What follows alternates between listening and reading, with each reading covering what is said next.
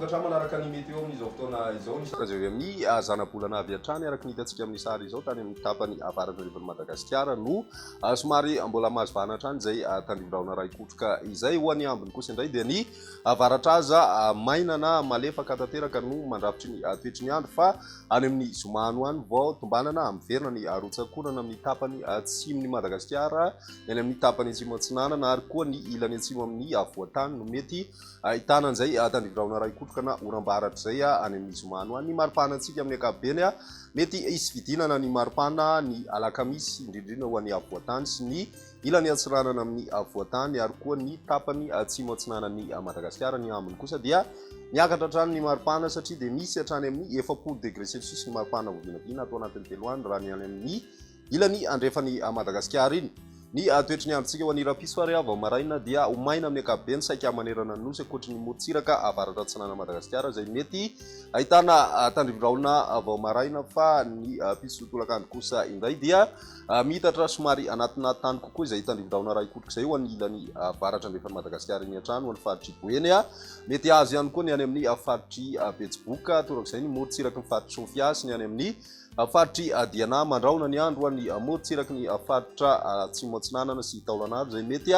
hisy tandrivondraona ihany indraindray ny tapany avaratra ny faritra Nalamanga ary koa ny ilany atsinanan'ny faritra Sofia dia andraona ihany koa ny Takariva izay mety hisy tandrivondraona mandalo indraindray. Ny ambiny dia maina tanteraka ny andro ary balika moa ny masoandro raha ny any amin'ny tapany atsimo andrefan'ny Madagasikara iny. Ny maripana vovinavina amin'izay andron'ny rapitso izay raha ny avoatany manokana dia manodidina ny 18 ka hatramin'ny 30 degré celsius eo ny maripana ambony indrindra vovinavina ary ny morontsiraka atsinanana kosa 30 ka hatramin'ny 13 degré celsius fa ny any amin'ny faritra taolanaro no mety tafidina hatrany amin'ny 19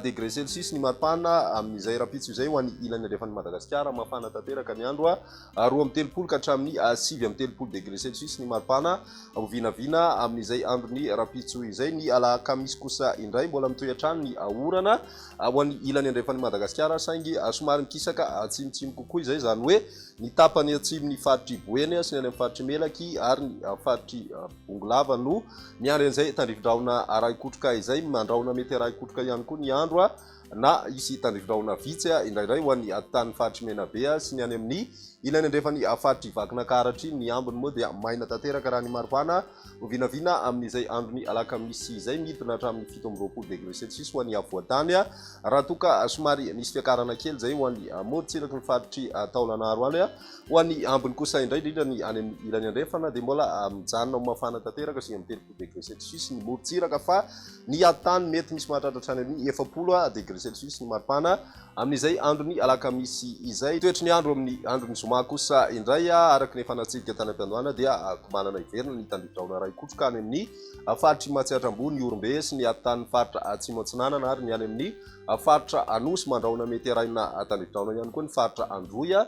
sy ny faritry Moronmania ary ny ilany andrefan'ny faritry Vakinankaratra mandraona ihany koa ny andro ho an'ny morontsiraky ny faritry Sofia iray manontolo iny torak'izay koa ny morontsiraky ny faritra Analanjorofo ary ny any amin'ny faritry Fitovonany. Ny ambiny kosa dia maina hatrany ny andro raha ny maripana vovinavina amin'izay andron'ny zoma izay miverina miakatra ny maripana ho an'ny avoatany